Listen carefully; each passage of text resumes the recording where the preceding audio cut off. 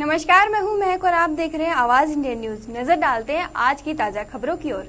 अन्य राज्यों से राजस्थान के विभिन्न सीमावर्ती जिलों में विवाहित आरक्षित ओबीसी वर्ग की महिलाओं के शिष्टमंडल में वेदपाल धानोटी की अगुवाई में गुरुवार को राष्ट्रीय ओबीसी कमीशन के चेयरमैन डॉक्टर भगवान लाल सैनी से मुलाकात की और पीड़ित महिलाओं की समस्याओं को तथ्यात्मक रूप से आयोग के समक्ष रखा। सांबर सिटी के सर्किट हाउस में शिष्टमंडल ने विस्तार से पीड़ित महिलाओं का पक्ष रखते हुए बताया कि राज्य में विवाहित ये महिलाएं जन्म एवं शादी दोनों ही आधार पर आरक्षित ओबीसी वर्ग में शामिल हैं, लेकिन अन्य राज्य में जन्म के आरोप में इनके साथ माइग्रेटेड व्यक्ति जैसा सौतेला व्यवहार हो रहा है। सरकारी नौकरी व चुनाव प्रक्रिया में पिछले 2 वर्ष से इन महिलाओं को अपने वर्ग अनुसार आरक्षण के हक से वंचित किया जा रहा है, जबकि राज्य में शादी के उपरांत ये महिलाएं राज्य की स्थायी निवासी बन चुकी हैं। दूसरी तरफ राज्य सरकार अन्य राज्यों से राजस्थान में विवाहित आर्थिक पिछड़े वर्ग की महिलाओं को आरक्षण का लाभ देने में विशेष नियम बना चुकी है। शिष्टमंडल ने आयोग को अवगत करवाया कि राजस्थान हाईकोर्ट के इस व्यापक समस्या के समाधान हेतु राष्ट्रीय ओबीसी आयोग को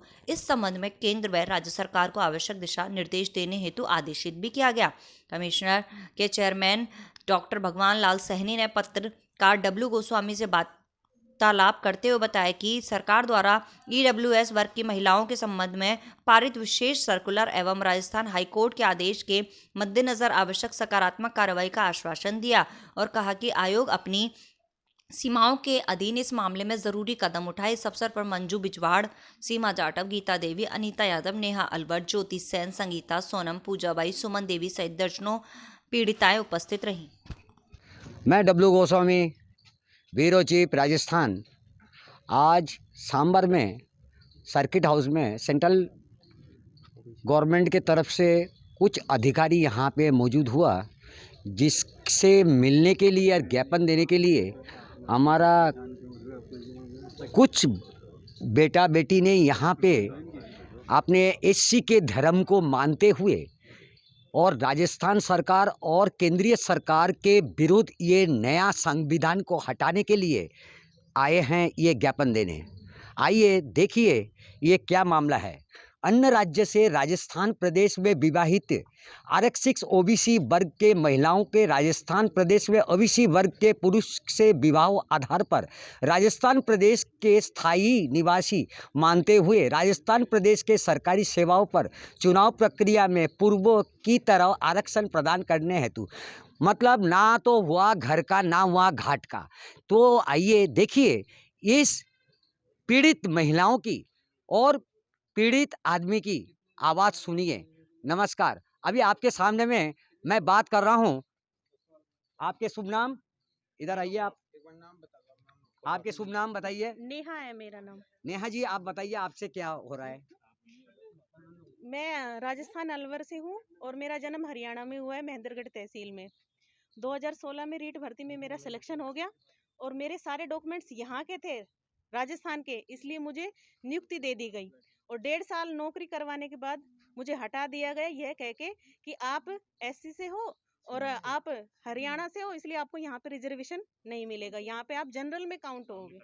जबकि मेरी शादी को 13 साल हो चुके हैं, मेरा हर एक डॉक्यूमेंट्स यहाँ का बना हुआ है। मैं वोट अगले 10 या 13 साल से मैं वोट डाल रही हूँ यहाँ पे। ठीक है नेहा जी, आपकी आवाज़ मैं केंद्र सरकार तक पहुंचाने का कोशिश करूंगा। सर जी आप बताइए। ये महिलाएं पिछले 2 साल से लगातार दर भटक रही हैं। मामला राजस्थान विधानसभा में भी पहुंचा है, संसद में भी पहुंचाने के हम प्रयास में हैं। एससी कमीशन में भी हम पहुंचे हैं, ओबीसी कमीशन में पहुंचे हैं। माननीय हाईकोर्ट जोधपुर ने ओबीसी कमीशन राष्ट्रीय स्तर पर आदेश दे रखे हैं कि उक्त प्रकरण को सुलझाया जाए और रिकमेंडेशन दी जाए इस मामले में। धन्यवाद। यहाँ पर आप खड़े हैं, क्या कारण है?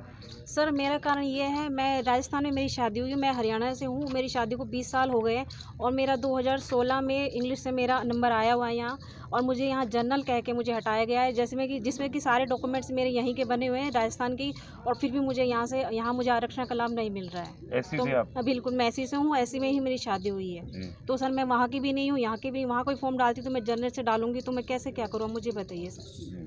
मैडम यहाँ आने का क्या कारण रहा, आप क्या करने जा रहे हैं आगे? ये सर यहाँ ओबीसी जो कमीशन के जो अध्यक्ष उनसे मिलने के लिए आए हैं, अपनी जो हमारी समस्या है उनको बताने के लिए हम यहाँ पर। नहीं, आपको यहाँ पे अगर जनरल में आप अप्लाई करो तो आप सर्विस देती है गवर्नमेंट, नहीं सर, हाँ जनरल में तो देगी, पर हम अपनी कैटेगरी का लाभ कैसे लेंगे? लाभ तो नहीं ले पाओगे, जनरल में तो दे देगी मतलब आपको। हाँ बिल्कुल, जनरल में का तो दे लाभ देगी। नहीं, हाँ, ओबीसी एसटी का हाँ, लाभ हाँ, नहीं देगी। बिल्कुल। लाभ नहीं मिल पाएगा।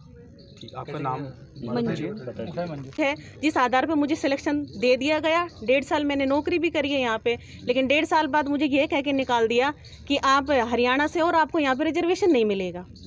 तो अब अगर हम हरियाणा से कोई फॉर्म डालते हैं तो हमारा मूल निवास यहाँ का बना हुआ है, और जैसे ही हम वहाँ पे मूल निवास यहाँ का दिखाते हैं राजस्थान का, तो वहाँ से भी हम जनरल कैटेगरी में आ गए और यहाँ से भी हम जनरल कैटेगरी में। डॉक्यूमेंट्स हमारे यहाँ के सारे बने हुए हैं, हम वोट यहाँ पे डाल रहे हैं, तो फिर हम रिजर्वेशन लेने हरियाणा में क्यों जाएं? और वहाँ हमें मिल भी नहीं रहा है। कब से कर रहे थे, कब आपको हटा दिया गया? मेरा सिलेक्शन मैंने 2019 में ज्वाइन किया 5 अगस्त को, और मुझे फरवरी 2021 में हटा दिया गया। ठीक, आपका नाम बताएं। मेरा नाम नेहा है और मैं राजस्थान में अलवर निवासी हूँ। अब और कौन? आयोग के प्रयास करने से दबंगों का अत्याचार बंद हुआ, जमीन जिसकी है उसको मिला। कई जगह पिछड़ों की बालिका पर रेप हुआ, लेकिन पुलिस कोई एक्शन नहीं ले रही है क्योंकि उस पर बड़े लोगों का बड़ा हस्त है। और सर आज एक मामला ये भी सामने आया है कि अन्य राज्यों में जो ओबीसी एससी एसटी की महिलाएं आती हैं विवाह होकर के, उनको भी यहाँ सर्विस में काफ़ी परेशानी का सामना करना पड़ रहा है। तो उसके लिए आयोग आगे क्या करेगा भविष्य में? आयोग देखिए, आयोग की अपनी सीमा है जी। जब सुप्रीम कोर्ट ने निर्णय दे दिया कि जिस क्षेत्र से आई है, जिस स्टेट से आई है, उसी का प्रमाण पत्र माना जाएगा, उसी की मूल रूप से नागरिक मानी जाएगी, तो उसी के आधार पर यहाँ विचार होगा। सेंट्रल सर्विस में उनको मिल सकता है, लेकिन स्टेट गवर्नमेंट में नहीं मिल सकता। तो अब इसके बाद आयोग क्या करेगा? अब पार्लियामेंट में इसका सुधार हो जाए कि पति के अनुसार उसको काउंट किया जाए, तो आयोग भी उसको लेगा। आयोग की एक सीमा है ना। माता पिता देखा जाता है, माता पिता देखा जाता है, माता पिता को देखा जाता है।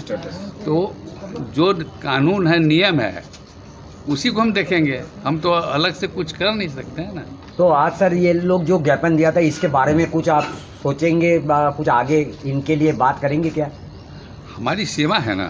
अब ये प्रश्न है कि राजस्थान में जो हरियाणा से आए हैं या मध्य प्रदेश से आए हैं, उन विवाहित होकर आई हैं लड़की, तो उनको यहाँ के या राज्य सरकार की नौकरियों में वो उस आधार पर नौकरी नहीं मिलेगी कि वो पिछड़े वर्ग की महिला है या किसी वर्ग के साथ उसका विवाह हो गया। उसके मूल जो माता पिता हैं, उसी का प्रमाण पत्र जायज़ माना है, वैध माना जाएगा। तो उसमें तो आयोग कुछ नहीं कर सकता है ना। आयोग की अपनी सीमा है। धन्यवाद सर, आपको बहुत बहुत, और हमारा चैनल की तरफ से भी आपको बहुत बहुत आभार प्रकट करते हैं। और आप सांभर सॉल्ट में आप आए हैं, इसके लिए पूरी सांभर वासी आपको